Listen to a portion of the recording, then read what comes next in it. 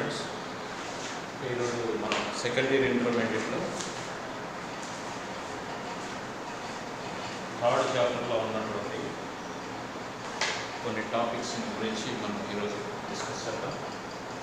Already ఇంతకుముందు మనం third చాప్టర్లో ఉన్న కొన్ని టాపిక్స్ని డిస్కస్ చేసాం. అందులో ఏంటంటే what are the causes of income inequalities, wealth income inequalities in India. భారతదేశంలో ఆదాయ సంపదల పంపిణీల అసమానతలు ఉండడానికి గల కారణాలు ఏంటి అనే టాపిక్ మనం ఇంతకుముందు డిస్కస్ చేసాం. అయితే ఇప్పుడు టాపిక్ ఏంటంటే ఇన్కమ్ ఇన్ఈక్వాలిటీస్ ఎలా మనం ఓవర్కమ్ చేయొచ్చు, ఇన్కమ్ ఇన్ఈక్వాలిటీస్ని ఎలా రెడ్యూస్ చేయొచ్చు అనేది టాపిక్. అంటే భారతదేశంలో ఆదాయ సంపదల పంపిణీల అసమానతను తొలగించుటకు తీసుకోవాల్సిన నివారణ చర్యల గురించి పేర్కొనండి. ఇది టాపిక్. ఆదాయ సంపదల పంపిణీల అసమానతలు ఉన్నాయి అనే విషయాన్ని మనం ఇంతకుముందు క్లియర్గా తెలుసుకున్నాం. టాప్ అంటే రిచ్ గ్రూప్ దగ్గర 10% ఆఫ్ రిచ్ గ్రూప్ దగ్గర almost 50% above wealth income assets, and డౌన్లో ఉన్నటువంటి 40% పీపుల్ దగ్గర 20% వెల్త్ అసెట్స్ 15% లేవు అనే విషయం మనం ఇంతకుముందు తెలుసుకున్నాను. దాని కాజెస్ ఏంటి అనే విషయాన్ని కూడా ఏమి అంటే అన్ని ప్రైవేట్ సెక్టార్లో వెల్త్ అన్ని ఒక అర్బన్ ఏరియాస్లో లొకేట్ అవ్వడం, అలాగే ఈ ల్యాండ్ డిస్ట్రిబ్యూషన్ ప్రాపర్గా జరగకపోవడం, అలాగే ఈ ఇన్ఫ్లేషన్, ఈ బేస్ పాలసీస్ ప్రాపర్గా లేకపోవడం, అన్ఎంప్లాయ్మెంట్, రూరల్ అర్బన్ డిస్పారిటీస్, ఈ సోషల్ సర్కమ్స్టాన్సెస్, ఇలాంటివి చాలా కారణాలు మనం చెప్పాం. ఏంటి ఈ ఇన్కమ్ ఇన్ఈక్వాలిటీస్ ఇండియాలో ఎందుకున్నాయి అనే విషయానికి సంబంధించి. ఇప్పుడు ఏంటంటే భారతదేశంలో ఆదాయ సంపదల పంపిణీల అసమానతలను రూపుమాపడానికి మనం ఎలాంటి నివారణ చర్యలు తీసుకోవచ్చు. ఇది కనుక చూస్తే explain the measures to reduce income inequalities in India. భారతదేశంలో ఈ ఆదాయ సంపదల పంపిణీలో అసమానతలను ఎలా తగ్గించవచ్చు అనేది కనుక చూస్తే మనం కొన్ని అంటే it will not be possible immediately to overcome or to control 100% wealth income inequalities in India, because the income inequalities reduction program was started approximately 1960s and 70s. Still we are seeing in India, wherever you go in the places overall India, there is income inequalities because of in urban areas and rich group are having, అంటే పట్టణ ప్రాంతాల్లో ఉన్నటువంటి లేకపోతే గ్రామీణ ప్రాంతాల్లో ఉన్నటువంటి ధనిక వర్గం చేతుల్లో అత్యధిక సంపద ఆదాయం లొకేట్ అయ్యింది.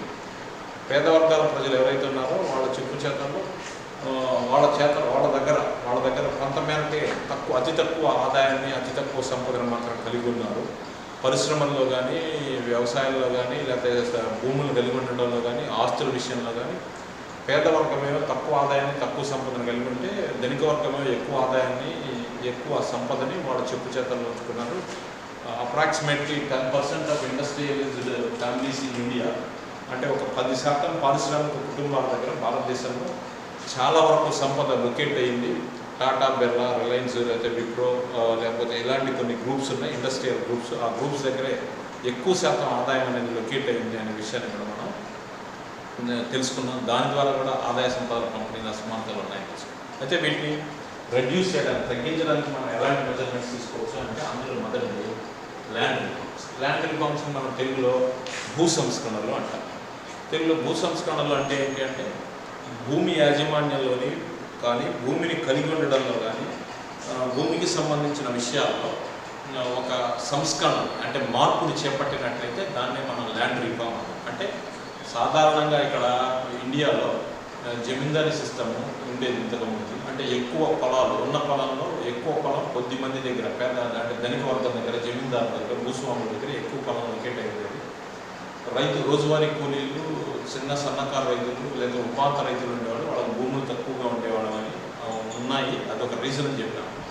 సో దానిలో ఫస్ట్ మెజర్మెంట్ అంటే ఈ ఎవరైతే పేద వర్గం వాళ్ళు ఉన్నారో, ఆదాయం సంపదను తక్కువ కలిగి ఉన్నారో వాళ్ళకి ఆస్తులు ఆదాయాన్ని సృష్టించే ఆస్తులు లేవు. కాబట్టి ఆ ఆస్తులు వాళ్ళకు కూడా ఆస్తుల మీద హక్కును కల్పించగలిగినట్లయితే వాళ్ళ ఆస్తుల నుంచి కొంత ఆదాయాన్ని పొందగలుగుతారు. తద్వారా మనకి చాలా వరకు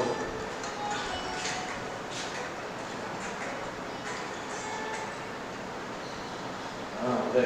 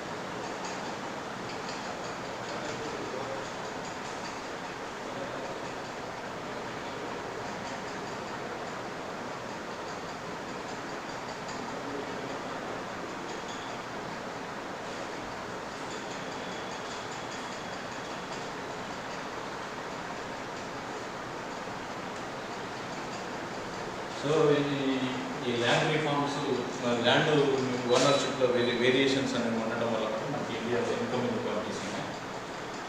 సో ఇక్కడ మనకి ల్యాండ్ రిఫార్మ్స్ సంబంధించి ఏమేమి ఉంటాయంటే ల్యాండ్ డిస్ట్రిబ్యూషన్, అంటే భూ పంపిణీ. అంటే కొద్ది మంది రైతుల దగ్గర, జమీందారుల దగ్గర లేదా పెద్ద రైతుల దగ్గర ఎక్కువ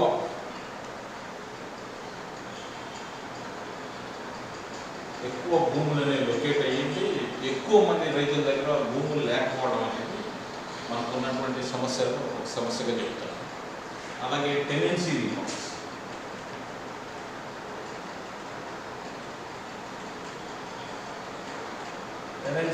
అంటే కౌలు సంస్థ, అంటే కౌలుదారులు చిన్న సన్నకారు రైతులు, ఉపాంత రైతులు ఎక్కువ. అంటే ఇక్కడ భారత ప్రభుత్వం స్వతంత్రం వచ్చిన తర్వాత ల్యాండ్ రిఫార్మ్స్ ఇంట్రడ్యూస్ చేసింది. ఇన్కమ్ ఇన్ఈక్వాలిటీస్, ఎంత ఇన్కమ్ ఇన్ఈక్వాలిటీస్ని రిడ్యూస్ చేయడానికి దానిలో భాగంగా ల్యాండ్ డిస్ట్రిబ్యూషన్ ప్రోగ్రామ్ని ఇంట్రడ్యూస్ చేసింది. ల్యాండ్ డిస్ట్రిబ్యూషన్ ప్రోగ్రామ్ అంటే భూ పంపిణీ. అంటే ప్రభుత్వం అదనంగా సర్ప్లస్గా ఉన్నటువంటి భూములు ఏవైతే ఉన్నాయో ఆ భూముల్ని ఐడెంటిఫై చేసి సర్ప్లస్గా ఉన్న భూములు తీసేసుకొని ఎవరికైతే భూములు తక్కువగా ఉన్నాయో వాళ్ళందరి మధ్య డిస్ట్రిబ్యూట్ చేయడం. ఈ డిస్ట్రిబ్యూట్ చేసే ప్రోగ్రాం వల్ల ఏమవుతుంది, కొంతమంది రైతులకి భూములను అంటే సంపదన కలిగేటటువంటి హక్కు వచ్చి తద్వారా వాళ్ళు కూడా ఈ ఇన్కమ్ని కొంత పొంది ఇన్కమ్ ఇన్ఈక్వాలిటీస్ కొంతవరకు తగ్గుతాయనే ప్రోగ్రామ్. ఈ ల్యాండ్ డిస్ట్రిబ్యూషన్ ప్రోగ్రామ్కి ల్యాండ్ సీలింగ్ యాక్ట్ అనే దాన్ని కూడా భారత ప్రభుత్వం ఇంట్రడ్యూస్ చేయడం జరిగింది. దీనిలో భాగంగా ఒక ఫ్యామిలీ మెంబర్స్ ఎంతమంది ఉంటే ఎంత వెట్లాండ్ అయితే అంటే మాగాడి భూమి అయితే ఎంత ఉండాలి, డ్రై ల్యాండ్ అయితే ఎంత ఉండాలి అనేది కూడా భారత ప్రభుత్వం నిర్ణయించి ఒక కుటుంబంలో ఎంత 5 ఫ్యామిలీ మెంబర్స్ ఉంటే ఎంత భూమి ఉండాలి ఏంటనేది దానికి ఒక టార్గెట్ నిర్ణయించి సర్ప్లస్గా ఉన్న భూములన్నింటినీ ప్రభుత్వం తీసేసుకొని ఎవరైతే భూమి లేని పేదలు ఉన్నారో ఆ భూమి లేని పేదలకి డిస్ట్రిబ్యూట్ చేసేటటువంటి కార్యక్రమాన్ని భారత ప్రభుత్వం హ్యాండిల్ చేసింది. ఇది కూడా ఒక ఆలోచన, కొంతవరకు వెల్త్ ఇన్కమ్ ఇన్ఈక్వాలిటీస్ని రెడ్యూస్ చేయొచ్చు అనేది ప్రభుత్వం యొక్క ఆలోచనగా ఇది ఒక remedial measure to control the wealth income inequalities. అంటే భారతదేశంలో ఆదాయ సంపద పంపిణీ అసమానతను తగ్గించడానికి ప్రభుత్వం తీసుకున్న నివారణ చర్యలు ఇది ఒకటి. అలాగే control over monopolies and restrictive trade practices act అంటే ఏంటి? కంట్రోల్ ఓవర్ మొనోపోలీస్ అంటే ఏకస్వామ్యాల నియంత్రణ చట్టం. ఏకస్వామ్యాల నియంత్రణ చట్టం అంటే ఏంటి?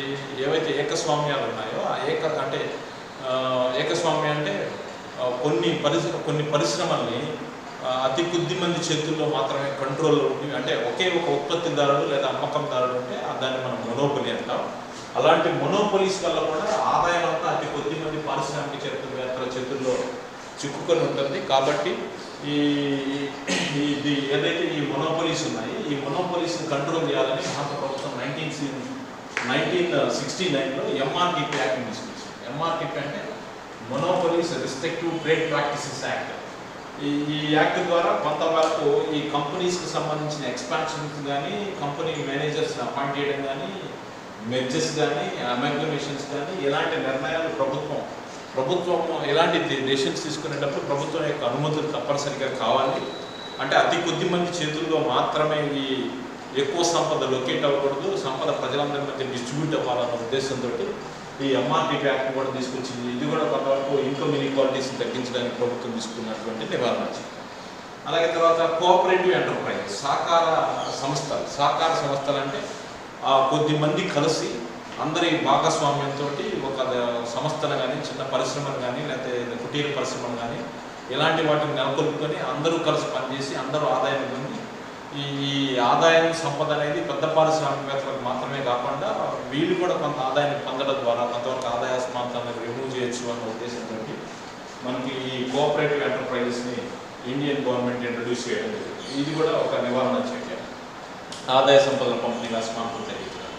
అలాగే ఎంకరేజ్మెంట్ ఆఫ్ న్యూ ఎంటర్ప్రైజెస్, కొత్తగా పరిశ్రమలు పెట్టడానికి ఎవరైనా ఔత్సాహికులైనటువంటి పారిశ్రామికవేత్తలు ఎవరైనా ముందుకు వస్తే కనుక అలాంటి వాళ్ళకి ప్రోత్సాహకాన్ని ఇచ్చి ప్రభుత్వం వైపు నుంచి సపోర్ట్ ఇచ్చి చాలా సాధ్యమైనంత వరకు ఈ పెద్ద పారిశ్రామికవేత్తలకు అడ్డుకట్ట వేయడానికి చిన్నతరా పరిశ్రమల్ని, కుటీర పరిశ్రమల్ని, లఘు పరిశ్రమల్ని ఇలాంటి వాటిని ఎంకరేజ్ చేయడానికి భారత ప్రభుత్వం ప్రయత్నం చేస్తుంది. భారతదేశంలో కుటీర చిన్నతరా పరిశ్రమల అభివృద్ధి కోసం కూడా కొన్ని సంస్థలను కూడా నెలకొల్పడం జరిగింది. సో దీని ద్వారా కూడా ఏమవుతుందంటే అతి కొద్ది మంది పారిశ్రామికవేత్తల దగ్గర ఉన్నటువంటి సంపద అందరి మధ్య డిస్ట్రిబ్యూట్ అవ్వడం, తద్వారా ఇన్కమ్ ఇన్ఈక్వాలిటీస్ తగ్గడానికి అవకాశం అనేది, స్కోప్ అనేది ఉంటుంది అనేది దీని యొక్క ఉద్దేశం.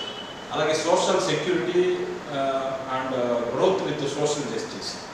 సోషల్ సెక్యూరిటీ అంటే సామాజిక భద్రత. సామాజిక భద్రత అంటే సమాజంలో ఉన్నటువంటి అట్టడుగు వర్గం వారు, పేదవారు, మధ్యతరగతి వర్గాల వారికి సామాజిక భద్రతను కల్పించడంలో భాగంగా ప్రభుత్వం కొన్ని రకాల చర్యలు తీసుకొని వాళ్ళ పేదరికం నుంచి బయటపడేసి వాళ్ళ ఆదాయాలు కూడా పెంచడానికి ప్రయత్నం చేస్తుంది. దీనిలో భాగంగా ఎవరైతే వెనకబడిన వర్గాలు ఉన్నారో వాళ్ళకి పబ్లిక్ డిస్ట్రిబ్యూషన్ సిస్టమ్ ద్వారా కొంత ఫుడ్ గ్రెయిన్స్ని సప్లై చేయడం, అలాగే ఈ పెన్షన్లు ఇవ్వడం, లేదా ఇంకా ఇతర కార్యక్రమాలను చేపట్టి ఇక్కడ ఎలా ఉండాలంటే సోషల్ సెక్యూరిటీ అంటే వృద్ధి అనేది సామాజిక న్యాయంతో కూడినటువంటి వృద్ధి ఉండాలి. అంటే ఎదుగుదల అనేది కేవలం కొద్ది వర్గాల వాళ్ళు మాత్రమే ఎదిగితే సరిపోదు, అందరి సామాజిక న్యాయంతో కూడినటువంటి వృద్ధిని సాధించాలన్న లక్ష్యంతో ప్రభుత్వం ప్రయత్నం చేస్తుంది. దానిలో భాగంగా రిజర్వేషన్లు ఇస్తుంది, స్కాలర్షిప్లు ఇస్తుంది, అలాగే ఈ ఎస్సీ ఎస్టీ బీసీ మైనారిటీలు షెడ్యూల్ ట్రైబల్స్ ఇలాంటి వాళ్ళు ఎవరైతే ఉన్నారో అలాంటి వాళ్ళు పరిశ్రమలు పెట్టినా లేకపోతే ఏదైనా కార్యక్రమం చేసినా వాళ్ళకి సపోర్టివ్ ఎంకరేజ్మెంట్ కోసం కొన్ని పథకాలను కూడా ప్రభుత్వం ఇంట్రడ్యూస్ చేస్తుంది. దీని ద్వారా కూడా కొంతవరకు ఆదాయ అసమానతను తగ్గించవచ్చు అనేది భారత ప్రభుత్వం యొక్క ఉద్దేశంగా లక్ష్యంగా మనకి కనిపిస్తుంది. అలాగే ట్యాక్సేషన్ అంటే పన్నులను వేయడం. ఈ పన్నులు అంటే ఈ ట్యాక్సెస్ ఏవైతే ఉన్నాయో ఈ పెద్ద పరిశ్రమల మీద లేకపోతే ఈ ఎక్కువ లాభాలను గడించేటటువంటి ఏకస్వామ్య సంస్థల మీద ఎక్కువ ట్యాక్సెస్ వేసి చిన్నతర పరిశ్రమలకి, కోఆపరేటివ్ ఎంటర్ప్రైజెస్కి, లేకపోతే స్మాల్ స్కేల్ ఇండస్ట్రీస్కి, కాటేజ్ ఇండస్ట్రీస్కి, లేకపోతే పూర్ గ్రూప్స్ ప్రొడ్యూస్ చేసేటటువంటి వస్తువుల మీద ట్యాక్స్ తగ్గించడం, వాళ్ళకి ఎక్స్పోర్ట్స్ మీద కొంత టారిఫ్స్ ఏదైనా ఉంటే వాటిని గవర్నమెంట్ బేర్ చేయడం, వీళ్ళకి కొంత సబ్సిడీ ఇవ్వడం, సబ్సిడీతో కూడిన లోన్లు ఇచ్చి ఎంకరేజ్ చేయడం, ఇలాంటి పద్ధతుల ద్వారా పెద్ద పారిశ్రామికవేత్తల ఉత్పత్తి చేసే పరిశ్రమల మీద ఎక్కువ పన్నులు వేయడం ద్వారా చిన్నతర పరిశ్రమలో కుటీర పరిశ్రమలకు సంబంధించిన వ్యక్తులు ఎవరైతే ఉన్నారో వాళ్ళ మీద కొంతమేరకు ట్యాక్సెస్ని తగ్గించి కన్సెషన్స్ ఇవ్వడము లేదా సపోర్ట్ చేయడం ఇలాంటి కార్యక్రమాలు కూడా కొంతవరకు ఆదాయ సంపదల పంపిణీల అసమానతను తగ్గించవచ్చు అనేది ప్రభుత్వం యొక్క ఉద్దేశంగా మనకి కల్పిస్తుంది. ఇది కూడా one of the measurement to control the wealth income inequalities in India. అలాగే కంట్రోల్ ఓవర్ క్యాపిటల్ ఇష్యూస్, ఈ మూలధనానికి సంబంధించినటువంటి ఇష్యూస్కు సంబంధించి కూడా అంటే ఎక్కువ మూలధనాన్ని పోగు చేసి ఎక్కువ సంపదను పోగు చేసి లేకపోతే ఫారిన్ కంట్రీస్ నుంచి ఈ లేటెస్ట్ మిషనరీస్ ఇంపోర్ట్ చేసుకోవడానికి గురించి కానీ లేకపోతే క్యాపిటల్ గ్యాదరింగ్ అంటే క్యాపిటల్ని వేరు పద్ధతుల ద్వారా ఈ పారిశ్రామికవేత్తలు గ్యాదర్ చేస్తుంటారు. దానికి సంబంధించినటువంటి విషయాల మీద కూడా కొంతవరకు ప్రభుత్వం కంట్రోల్ చేసే ప్రయత్నం చేసింది. ఈ క్యాపిటల్ ఇష్యూస్ని సాధ్యమైనంత కంట్రోల్ చేసే ప్రయత్నం భారత ప్రభుత్వం చేయడం జరిగింది. దాన్ని మనం అంటే దీని ద్వారా ఏమవుతుంది, క్యాపిటల్ అనేది ఎవరైతే ఐడెంటిటీ ఉందో గుర్తింపు ఉన్నటువంటి పెద్ద వ్యక్తులు బడా పారిశ్రామికవేత్తలు ఎవరైతే ఉన్నారో వాళ్ళు క్యాపిటల్ ఈజీగా గ్యాదర్ చేయగలుగుతారు. వాళ్ళకి ఈజీగా లోన్స్ అనేవి వస్తాయి, లేకపోతే వాళ్ళ బ్యాంకులనే అప్పులు ఇస్తే ప్రభుత్వ సహకారాలు ఉంటాయి. కాబట్టి అందువల్ల ధనవంతులు మరింత ధనవంతులుగా తయారయ్యేటటువంటి అవకాశం ఉంది. వెల్త్ అనేది ఒక చోట పోగు అవుతుంది అనే ఉద్దేశంతో ఈ క్యాపిటల్ ఇష్యూస్ని ప్రభుత్వం కంట్రోల్ చేసే ప్రయత్నం చేసింది. దాని మీద కొన్ని ఆంక్షలను విధించి ప్రభుత్వం యొక్క యాజమాయిషీకి లోబడి కొన్ని గైడ్లైన్స్ లోబడి చేసే ప్రయత్నం చేసింది. అలాగే ఎంప్లాయ్మెంట్ అండ్ వేజ్ పాలసీస్ అంటే ఉద్యోగాల కల్పన. ఎవరైతే పేదవాళ్ళు ఉన్నారో చదువుకున్నటువంటి నిరుద్యోగిత యువత ఉన్నారో వాళ్ళందరికీ ఉద్యోగాలు లేకపోతే కనుక వాళ్ళు పూర్ గ్రూప్గా ఫామ్ అవుతారు. కాబట్టి వాళ్ళ అంటే మినిమం ఫెసిలిటీస్ని కూడా మినిమం ఫెసిలిటీస్ని పొందలేరు. కాబట్టి సాధ్యమైనంత వరకు ఎవరైతే ఉద్యోగాలు కలిగి లేదో అలాంటి వాళ్ళందరికీ ఉద్యోగాలు ఇవ్వడం కోసం ప్రభుత్వం సాధ్యమైనంత వరకు నెంబర్ ఆఫ్ ఎంప్లాయ్మెంట్ స్కీమ్స్ని స్టేట్ లెవెల్లో సెంట్రల్ లెవెల్లో ఇంట్రడ్యూస్ చేసింది. అలాగే వేజ్కి సంబంధించినటువంటి పాలసీస్ని కూడా ప్రభుత్వం ఇంట్రడ్యూస్ చేసింది. ఒక వ్యక్తి ఏ రకమైన పరిశ్రమలో పనిచేస్తే ఎన్ని గంటలకి ఎంత జీతం ఇవ్వాలి, మినిమం వేజ్ యాక్ట్స్ని కూడా కనీస వేతనాల చట్టాన్ని, వేతనాల సవరణ చట్టాన్ని కూడా ప్రభుత్వాన్ని ఇంట్రడ్యూస్ చేసినాయి. ఇలా ఇంట్రడ్యూస్ చేయడం వల్ల కొన్ని చట్టాలను తీసుకురావడం ద్వారా ఈ శ్రమ దోపిడీ అనేది తగ్గి అంటే పరిశ్రమల్లో పేదవారి యొక్క శ్రమని ఈ పారిశ్రామికవేత్తలు కానీ లేదా ఇతర ధనవంతులైనటువంటి రిచ్ గ్రూప్ కానీ దోపిడీ చేస్తూ ఉన్నారు. కాబట్టి అలా కాకుండా దానికి నిర్ణీత పని గంటలకి నిర్ణీత వేతనాలు, కనీస వేతనాలు ఉండాలని ఒక వేజెస్ని ఫిక్స్ చేసి గవర్నమెంట్ ఈ దోపిడీకి అడ్డుకట్ట వేసి ప్రజలందరికీ సామాజిక న్యాయాన్ని, మినిమం వేజెస్ని ఉండేలాగా చూడటం కోసం కొన్ని నివారణ మార్గాలను తీసుకొచ్చింది. సో ఇలాంటి మెనీ మెజర్మెంట్స్ అనేది తీసుకొచ్చి ప్రభుత్వం ఆదాయ సంపద పంపిణీల అసమానతను తగ్గించేందుకు మ్యాక్సిమం ప్రయత్నం చేస్తుంది. ఇవే కాకుండా ఇంకా చాలా స్టెప్స్ తీసుకుంది సెంట్రల్ లెవెల్, స్టేట్ లెవెల్లో. కాబట్టి భారతదేశంలో ఆదాయ సంపద పంపిణీల అసమానతను తగ్గించడానికి తీసుకునేటటువంటి నివారణ మార్గాలు ఏంటి అని మనం ఒకసారి చూస్తే ల్యాండ్ రిఫార్మ్స్. అందులో మొదటిది ల్యాండ్ డిస్ట్రిబ్యూషన్, అలాగే టెనెన్సీ రిఫార్మ్స్. భూమి పంపిణీ, సర్ప్లస్లో ఉన్నటువంటి మిగులు భూములు గుర్తించడం. దీనిలో భాగంగా భూగరిష్ట పరిమితి చట్టాన్ని కూడా భారత ప్రభుత్వం తీసుకొచ్చింది. భూమికి గరిష్ట పరిమితి ఉండాలి. ఎన్ని ఎకరాలు అంటే దానికి ఎంతమంది కుటుంబ సభ్యులు అంటే మాగాడి భూమి ఎంత ఉండొచ్చు, ఎంతమంది కుటుంబ సభ్యులు అంటే మెట్ట భూమి ఎంత ఉండొచ్చు, ఏ రాష్ట్రాల్లో ఎంత భూమి, ఒక కుటుంబానికి ఎంత భూమి ఉండాలి అనేది నిర్ణయించి సర్ప్లస్గా ఉన్నటువంటి భూమిని గ్యాదర్ చేసి భూమి లేని పేదలకు పంచడం ద్వారా ఆదాయ సంపదల పంపిణీల అసమానతని తగ్గించే ప్రయత్నం భారత ప్రభుత్వం ఈ చర్య ద్వారా చేపట్టింది. అలాగే ఏకస్వామ్యాల నియంత్రణ చట్టాన్ని కూడా మనకి 1960s తీసుకొచ్చింది. దాన్ని 1970s నుంచి ఇంప్లిమెంటేషన్లోకి వచ్చింది. దీన్ని 1991 తర్వాత దీన్ని అమెండ్మెంట్ కూడా చేయడం జరిగింది. అలాగే ఇది కోఆపరేటివ్ ఎంటర్ప్రైజెస్ అంటే సహకార సంస్థలు నెలకొల్పడం. ఈ సహకార సంస్థలు నెలకొల్పడం వల్ల సాధ్యమైనంత వరకు దీనిలో మార్పుని తీసుకొచ్చే ప్రయత్నం అయితే ప్రభుత్వం చేసింది. అలాగే ఎంకరేజ్మెంట్ ఆఫ్ న్యూ ఎంటర్ప్రైజెస్. అంటే ఈ కొత్త పరిశ్రమల్ని ఎంకరేజ్ చేయడం. కొత్తగా పరిశ్రమలు పెట్టేటటువంటి ఔత్సాహికులు ఎవరైతే ఉన్నారో పారిశ్రామికవేత్తలు వాళ్ళతో రాయితీలు ఇవ్వడం, ఈజీగా వాళ్ళకి లైసెన్స్లు అనేవి వచ్చేలాగా, అంటే సింగిల్ విండోలోనే అన్ని పర్మిషన్స్ వచ్చేలాగా ప్రభుత్వం కొన్ని చర్యలు తీసుకోవడం ద్వారా సాధ్యమైనంత వరకు ఈ ప్రాబ్లమ్ని ఓవర్కమ్ చేసే ప్రయత్నం చేసింది. అలాగే సోషల్ సెక్యూరిటీ, సామాజిక భద్రతలో భాగంగా ప్రభుత్వం ఏం చేస్తుందంటే సాధ్యమైనంత వరకు ఈ సామాజిక భద్రత ఉండేలాగా వృద్ధి అనేది కేవలం కొంతమంది చేతుల్లోనే కాకుండా వృద్ధి అనేది అందరికీ, అంటే ఏదైతే అభివృద్ధి జరుగుతుందో, ఏదైతే సంపద పోగు చేయబడుతుందో ఆ పోగు చేయబడిన సంపద అతి కొద్ది పారిశ్రామికవేత్తల కుటుంబాల చేతుల్లోనే కాకుండా ప్రజలందరి మధ్య సమానంగా పంచేందుకు అవకాశం ఉండాలన్న ఉద్దేశంతో ఈ గ్రోత్ విత్ సోషల్ జస్టిస్ అనేది చేయడం జరిగింది. అలాగే ట్యాక్సేషన్ అంటే పన్నులను వేయడం ద్వారా కూడా ఎక్కువ, అంటే పెద్ద బడా పరిశ్రమల మీద ఎక్కువ పన్నులు వేయడం, చిన్న కుటీర పరిశ్రమలు, మధ్యతరగతి పరిశ్రమలు, లఘు పరిశ్రమల మీద ట్యాక్స్ తగ్గించడం, అలాగే వాళ్ళకి కొన్ని సబ్సిడీతో కొన్ని లోన్లు ఇవ్వడం, ఇలాంటి కార్యక్రమాల ద్వారా కూడా ప్రభుత్వం కొంతవరకు ఈ ఆదాయ సంపదల కంపెనీల అసమానతను తగ్గించడానికి ప్రయత్నం చేస్తుంది. అలాగే ఈ క్యాపిటల్ ఇష్యూస్ని కూడా కంట్రోల్ చేస్తుంది. ఈ క్యాపిటల్కి సంబంధించి, క్యాపిటల్ గ్యాదరింగ్కి సంబంధించి ప్రభుత్వం కనుసంధానంలో మేరకు జరిగేలాగా ఉండేలాగా చూడడానికి ఈ క్యాపిటల్ ఇష్యూస్ అనేవి ఉపయోగపడతాయి. అలాగే ఎంప్లాయ్మెంట్ అండ్ వేజ్ పాలసీస్, ఉపాధి కల్పన, అలాగే ఈ వేతనాలకు సంబంధించిన చట్టాలు, వీటి ద్వారా కూడా అంటే ఉపాధి ఎక్కువ సాధ్యమైనంత వరకు కల్పించడం, దానికోసం చాలా రకాల NREGP, national Mahatma Gandhi MGNREGS అంటే ఇది Mahatma Gandhi national rural employment guarantee scheme. ఇది one of the successful program in India to provide employment in rural illiterate people.